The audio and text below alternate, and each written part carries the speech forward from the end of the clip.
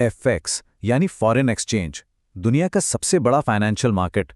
रोज लाखों लोग यहां पैसा बनाने की उम्मीद लेकर आते हैं और इसी उम्मीद पर एक पूरी इंडस्ट्री खड़ी हो गई है, एफएक्स ऑटो ट्रेडिंग टूल्स की। ये वो सॉफ्टवेयर हैं जो वादा करते हैं कि वो आपके लिए ट्रेडिंग करेंगे। लेकिन क्या ये वादा सच है? आज हम इसी लॉजिक के जाल को सुलझाने की कोशिश करेंगे। इस पूरी गुत्थी को समझने की चाबी वो इस एक लाइन में छिपी है। एक जीतने वाला टूल कभी बेचा नहीं जाता, उसका इस्तेमाल किया जाता है। ये लाइन सुनने में बहुत सिंपल लगती है, लेकिन इसमें एक ऐसा गहरा सच है जो इस पूरी इंडस्ट्री की जड़ें हिला देता है। तो चलिए यहीं से शुरू करते हैं।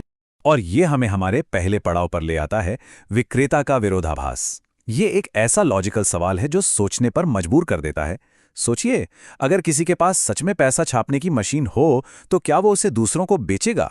देखिए, किसी भी बिजनेस का मतलब कोई भी बिजनेस हो, उसका सबसे सीधा साधा लक्ष्य क्या होता है? अपने मुनाफे को ज्यादा से ज्यादा करना, है ना? कॉमर्स का ये पहला नियम ही वो चाबी है जो इस पूरी पहेली का ताला खोलेगी। हर फैसला इसी एक नियम पर परखा जाता है। तो ठीक है, अब इस सीधे से नियम को यहां लगाकर देखते हैं। ये जो सवाल स्लाइड पर है, ये बहुत जरूरी है। अगर कोई टूल सच में मार्केट में जीत की गारंटी दे सकता है, तो उसे बनाने वाला क्या करेगा? क्या वो उसे बेचकर कुछ हजार कमाएगा या फिर उसका इस्तेमाल करके खुद लाखों करोड़ों? एक समझदार इंसान के लिए लॉजिकल रास्ता बिल्कुल साफ है, जैसा कि यहां देख सकते हैं। पहला कदम, वो टूल का इस्तेमाल सिर्फ और सिर्फ अपने लिए करेगा। दूसरा, जाहिर है वो चुपचाप सारे मुनाफे पर कब्जा कर लेगा क्योंकि ये राज किसी और को पता नहीं। और तीसरा, जो सबसे जरूरी है, वो इस राज को कभी किसी को नहीं बेचेगा। क्यों? अरे भाई, बेचने का मतलब तो हुआ अपने लिए ही कंपटीशन खड़ा करना, जो उसके अपने ही मुनाफे को कम कर देगा। तो इसका मतलब क्या हुआ? मतलब बिल्कुल साफ है और शायद थोड़ा कड़वा भी। इन टूल्स को बेचा जाना ही इस बात का सबसे बड़ा सबूत है कि वो असल में जीतने वाले टूल हो ही नहीं सकते। अगर होते तो वो कभी मार्केट में बिकने के लिए आते ही नहीं। उन्हें बेचा ही इसलिए जा रहा है क्योंकि उनके बिकने से बेचने वाले के अपने मुनाफे पर कोई आंच नहीं आती। लेकिन रुकिए, कहानी यहां खत्म नहीं होती। यहां तो लॉजिक की एक और परत है जिसे समझना होगा, और ये हमें एक बड़े सवाल पर ले जाती है। जब ट्रेडिंग में मुनाफे की बात होती है तो उसका असली मतलब क्या है? क्या स्क्रीन पर दिखने वाला हर हरा नंबर सच में जीत है? एफएक्स ट्रेडिंग में ना एक बहुत जरूरी कॉन्सेप्ट होता है, अवास्तविक लाभ या अनरियलाइज्ड प्रॉफिट। इसका सीधा सा मतलब यह है कि जब तक कोई ट्रेड बंद नहीं होता, आपकी स्क्रीन पर जो भी प्रॉफिट दिख रहा है वो बस एक नंबर है, असली पैसा नहीं। वो तो किसी भी पल हवा हो सकता है, बस एक, कह सकते हैं, कागजी भ्रम। और यहीं पर ज्यादातर ऑटो ट्रेडिंग टूल्स खिलकर जाते हैं।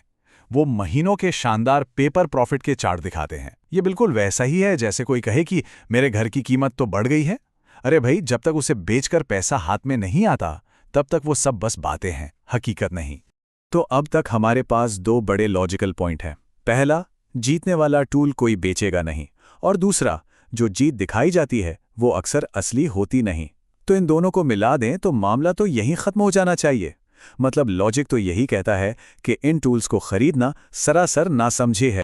और फिर भी इतना सब कुछ साफ होने के बावजूद ये टूल्स बिकते हैं, और थोड़े बहुत नहीं, लाखों की तादाद में। हर साल लाखों लोग इन पर पैसा लगाते हैं। ये एक बहुत बड़ी इंडस्ट्री है।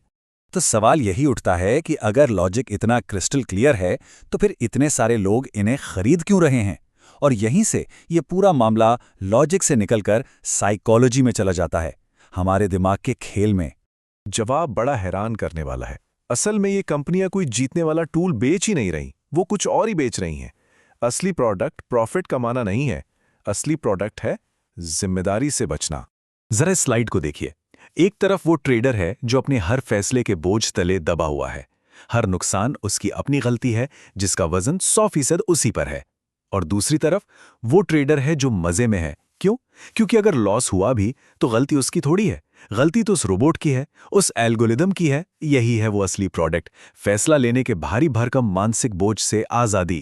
और ये जो साइकोलॉजिकल दाव है ना, ये बड़े स्मार्ट तरीके से एक खास किस्म के ग्राहक पर खेला जाता है। लेकिन ये वो नहीं है जिनके बारे में शायद सोचा जा रहा हो।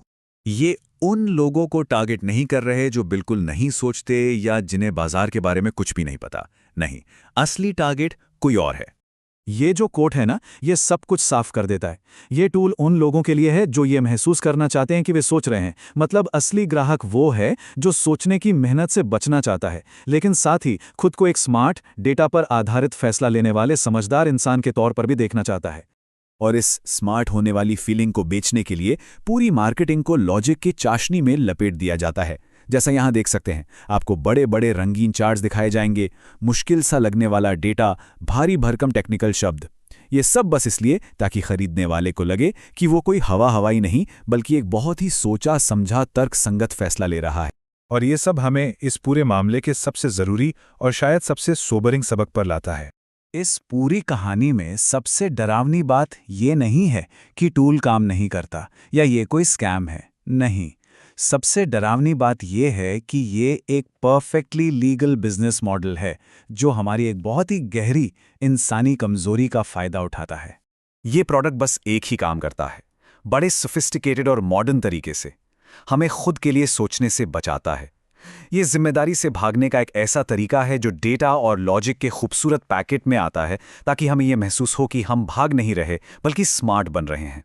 तो आखिर में FX ऑटो ट्रेडिंग टूल से जो असली सबक मिलता है ना, वो इन्वेस्टिंग के बारे में है ही नहीं, वो हमारे बारे में। ये एक सीधी सी याद दहानी है कि सिर्फ सही जवाब पता होना हमें हमेशा खुद से बचाने के लिए काफ़ी नहीं होता। और ये हमें एक बहुत बड़े सवाल के साथ छोड़ जाता है। अगर कोरा तर्क हमें यहाँ धोखा दे सकता है, तो जिंदगी में और कौन कौन सी जगह हैं जहाँ हमारा अपना मनोविज्ञान हमें गुमराह कर रहा है।